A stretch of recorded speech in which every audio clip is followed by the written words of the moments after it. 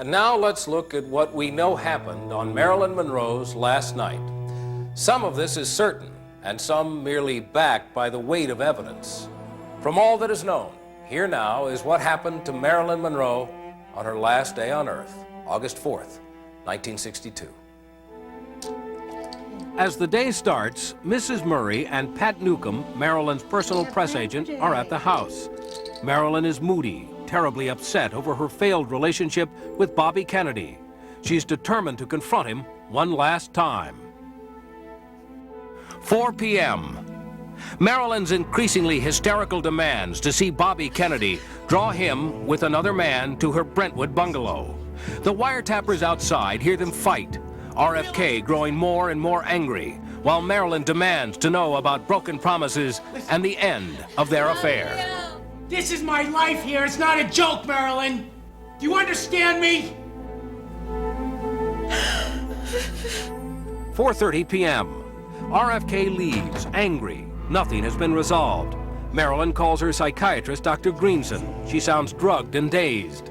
I need you to come over. Bobby was here. Dr. Greenson rushes right over. He asks the press agent, Pat Newcomb, to leave. Pat Newcomb has never said if she was there during RFK's visit. Excuse me, doctor, I have an appointment. 7:15 p.m. After giving Marilyn a sedative, Dr. Greenson leaves. He hopes the drug will help Marilyn through the crisis. But just in case, Mrs. Murray remains behind to keep an eye on her. Meanwhile, Peter Lawford is calling to invite Marilyn to dinner and likely to keep tabs on the explosive situation. Bobby remains in another part of Los Angeles.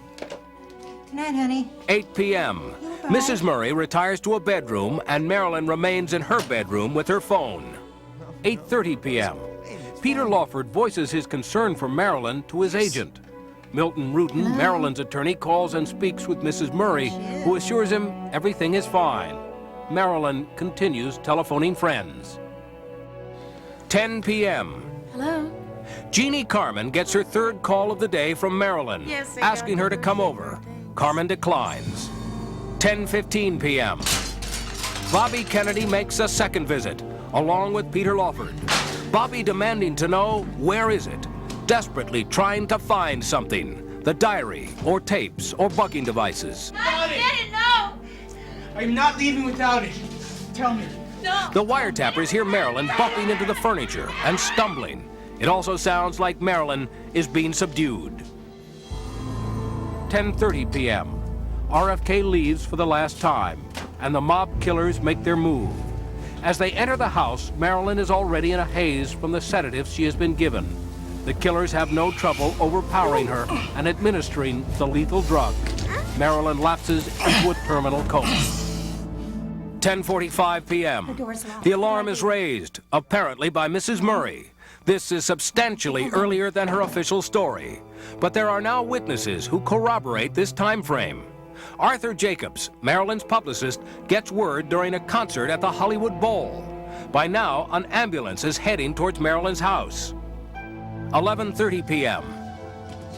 The ambulance arrives at the house and leaves with Marilyn. The new evidence says she dies in that ambulance. And in a panic, someone decides the ambulance should return Marilyn's body to her home. Midnight. Marilyn is put into her bed and the cover-up begins. Between midnight and 3 a.m., the house is swept clean. It is during this time that any evidence connecting Marilyn to RFK is removed. RFK is spirited out of Los Angeles back to San Francisco. 3:30 a.m. The official story is set in motion. Dr. Greenson is called.